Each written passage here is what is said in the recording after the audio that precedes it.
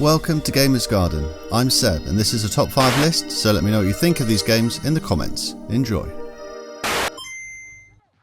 In 1998, Nintendo released one of its most underrated consoles, the Game Boy Color. Although it had a fairly short time in the spotlight, the Color was not just an extension of the Game Boy line, and some of the system's games were far more accomplished than anything released on its predecessor. And so, in no particular order, here are 5 games that I loved playing at release, still play today, and I think all stand the test of time on the Game Boy Color.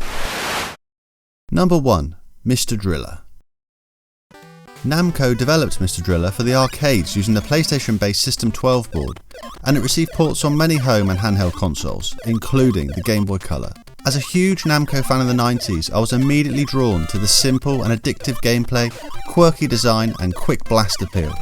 Mr. Driller found a natural home on the Game Boy Color, and is one of the many great examples of a handheld action puzzler that's still enjoyable to play today.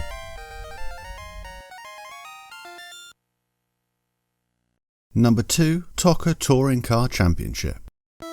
The Game Boy Color launched near the height of the N64 and PlayStation's popularity, so many of their headline games received handheld versions. A highlight for me was TOCA Touring Car Championship, a half arcade, half sim interpretation of the PlayStation original with real licensed cars and tracks. The feature set is very impressive for an 8-bit racer and even includes weather settings that really affect the handling of the cars. It's another great game that I think plays as well now as it did on release. Number 3. Cannon Fodder. Releasing just before the launch of the Game Boy Advance, this port of the Amiga Classic got a bit lost in the marketplace. It's a shame because Cannon Fodder is the most technically accomplished Game Boy Color game I've ever seen. Julian Jameson, the original's programmer, led the team of this conversion to achieve fully rendered video, digitised audio and speech, and the rarely utilised high colour mode to bring unheard of production value to Nintendo's handheld, even if the audio compression is a bit dodgy. This version of Cannon Fodder certainly stands shoulder to shoulder with any other port of the game. Number 4. Pokemon Pinball. I skipped the second generation of Pokemon, but I still play Pokemon Pinball, as it's a brilliant reimagining of the parent series' core gameplay mechanics of collecting and exploring. It's built on the engine from Kirby's Pinball Land, includes a red and blue table, and the complete Pokédex of the original 151 Pokemon to catch. With so many touches for fans, like Pikachu outlane savers and field multipliers that upgrade your Pokeball, Pokemon Pinball is still a real joy to play. Number 5. Metal Gear Solid.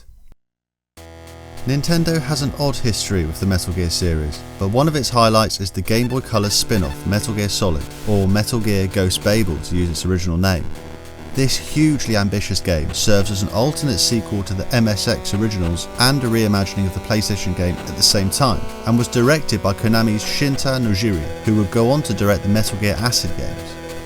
It really can't be overstated how closely this handheld version retains the essence of the PlayStation original, and while many changes were made to the game's structure, its core mechanics remain incredibly faithful.